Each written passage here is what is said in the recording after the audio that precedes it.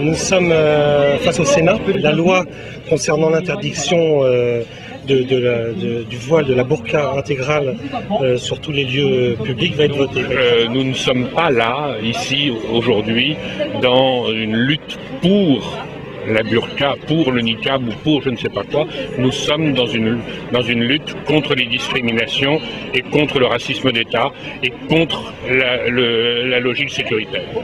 Ce n'est pas la burqa qui nous fait peur, c'est plutôt des lois qui aujourd'hui sont utilisées contre toute une frange de la population et qui fragilisent, discriminent et recherchent des coupables à une impuissance politique. Voilà, merci.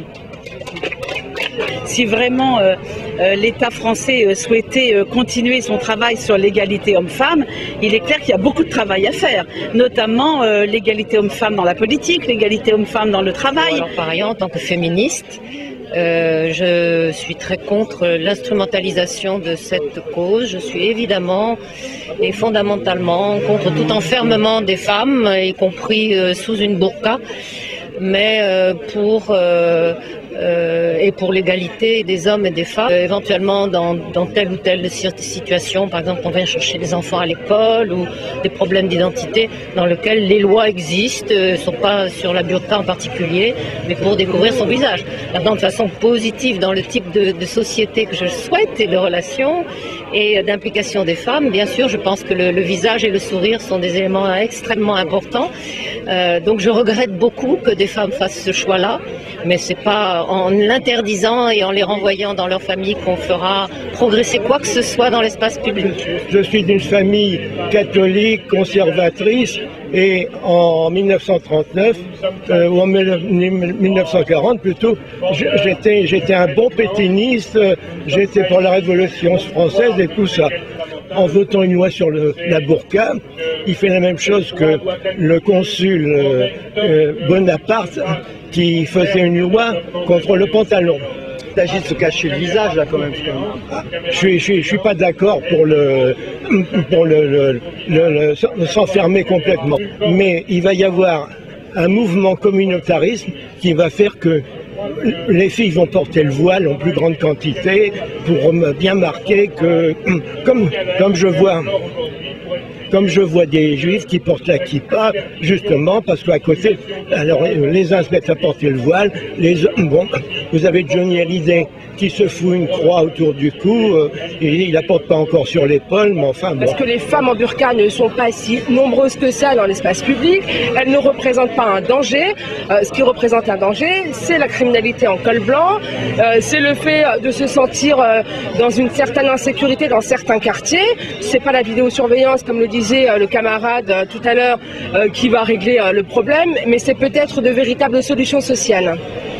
On devrait pouvoir tout faire dans l'espace public alors, parce que c'est un espace public, aucun espace libre, d'après ce que je vois. Eh bien, écoutez, il faut encore en profiter, puisque pendant 6 mois encore, on est autorisé à être libre dans la rue, mais à partir du mois d'avril 2011, je ne vous garantis rien.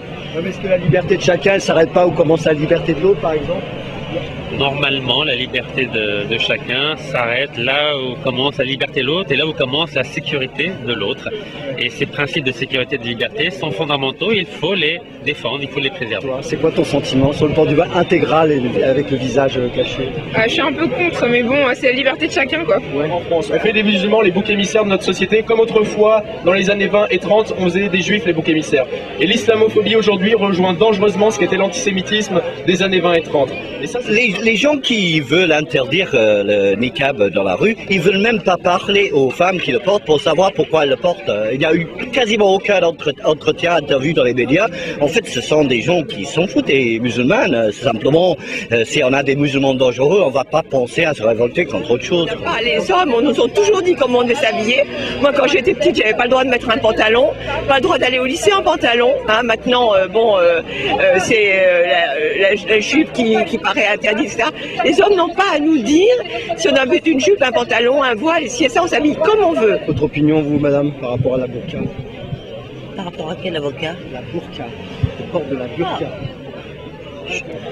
Je suis, j'allais dire, pour la liberté, que les femmes s'habillent comme elles veulent. Il y en a qui se mettent avec des shorts ultra courts, Ça me semble aussi stupide d'interdire la burqa que si tout d'un coup Christine Boutin et compagnie voulaient interdire le port du short au ras des fesses pour les jeunes femmes et les jeunes filles. Mais aujourd'hui, il n'y a aucune femme voilée intégrale ici. Oui. Et c'est ça qui me paraît un peu paradoxal. Oui, tout à fait. Même si elles ne peuvent pas venir, nous sommes leur porte-parole. Voilà. Porter le voile, mais pas la burqa. Qui sait peut-être qu'on nous dit la religion doit rester à la maison. Mais si aujourd'hui, moi, ma religion restait à la maison, je ne sortirais pas, puisque le voile, c'est pour sortir dehors, justement. Voilà. C'est très charmante en voile, malgré tout. Hein. Merci. Merci beaucoup.